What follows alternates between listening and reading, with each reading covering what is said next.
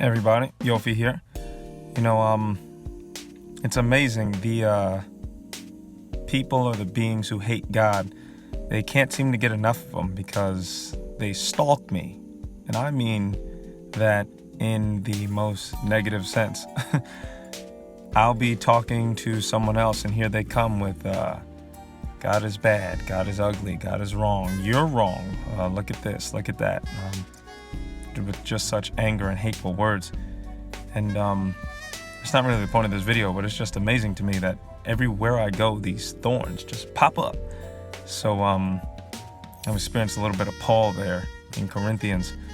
But yeah, that's an amazing thing. But I was involved in a discussion, and then here comes another one of them. They just pop up. You're not even talking to them, and they start commenting on the internet and doing a lot of things. It's just amazing. But it got me to realize something that I already know, you already know, but it's just a big reminder that God was saying to me based off what they even told me. They said that word of mouth is the best way to translate information, or the best way to transmit information.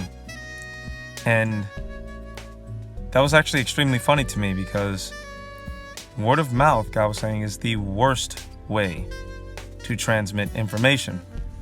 And you would think that goes against the gospel. You have to preach the gospel. You have to preach the gospel.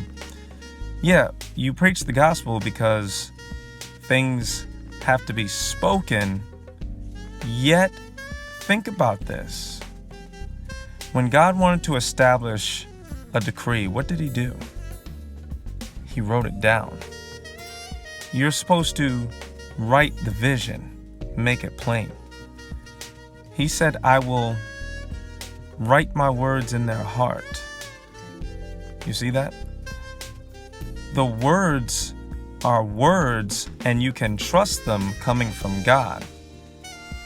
But as far as human beings, if you play any game of telephone, you will know that after about 5 people, the original message that you had is nowhere near the message that is being said now.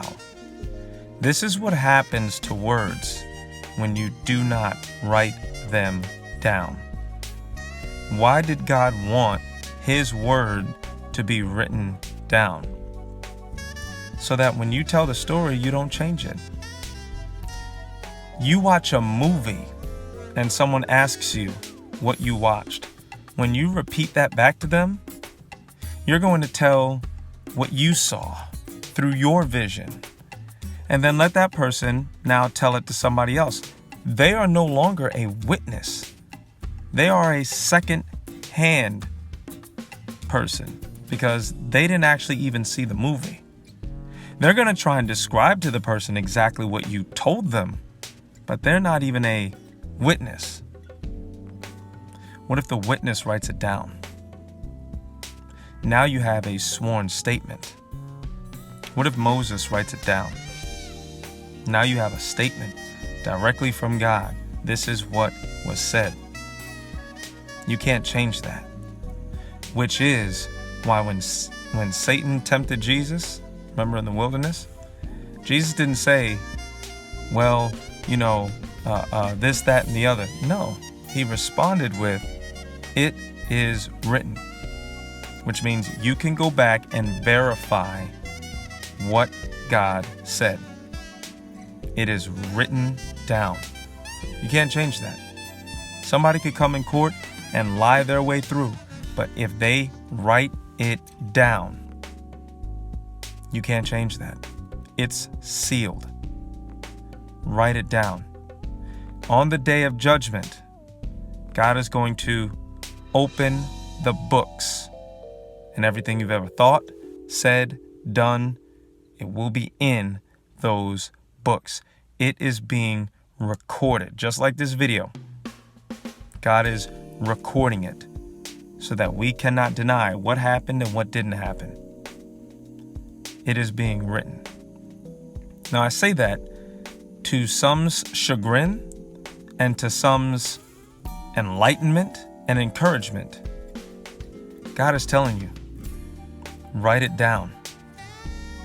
No, not to incriminate. I'm talking about there are some books in some of you.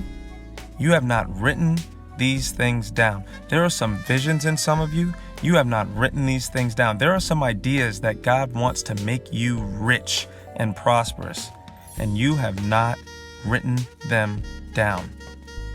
Somebody else is going to write it down. So I encourage you, write the vision. God has given it to you. Write it down. Make it etched in stone. Patent it. And watch what God does. Jofi, y'all be blessed.